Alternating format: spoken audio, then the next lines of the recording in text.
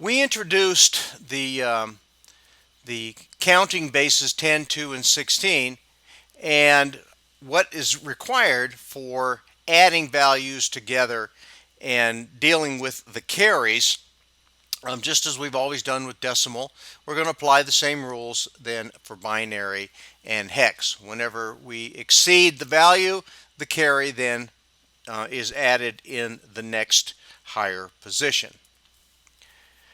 To show the relationship between all three bases, we can see from this table a sequence of numbers from 0 to 31.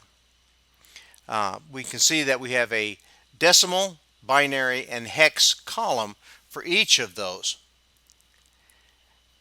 The binary and hex numbers, then you can see the relationships to the decimal. Notice that in each base, when one more is added to the highest digit, the digit becomes 0, and a 1 is carried to the next highest position. If you look again at the example, 9 plus 1 is 0. There's a carry to the next highest position. The same thing for binary and hex. So we're going to need this to understand the addition of binary first and then hex. The addition of binary numbers is pretty straightforward. A discussion of subtraction of binary numbers will be bypassed since all computers use addition instead of subtraction to subtract two values. Although computers have adder circuits, there's no separate circuitry for subtractors. Instead, what computers do is add. Adders are used in conjunction with something called the 2's complement. Again, you've seen this before in your digital logic class. The 2's complement circuitry performs subtraction.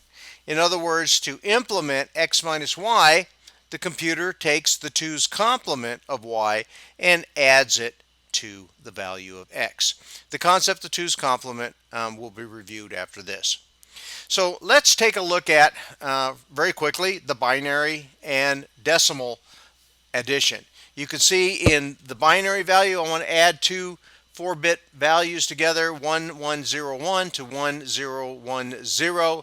And you can see in the least significant bit, the LSB, 1 plus 1 gives me a 0, but we have a carry of 1.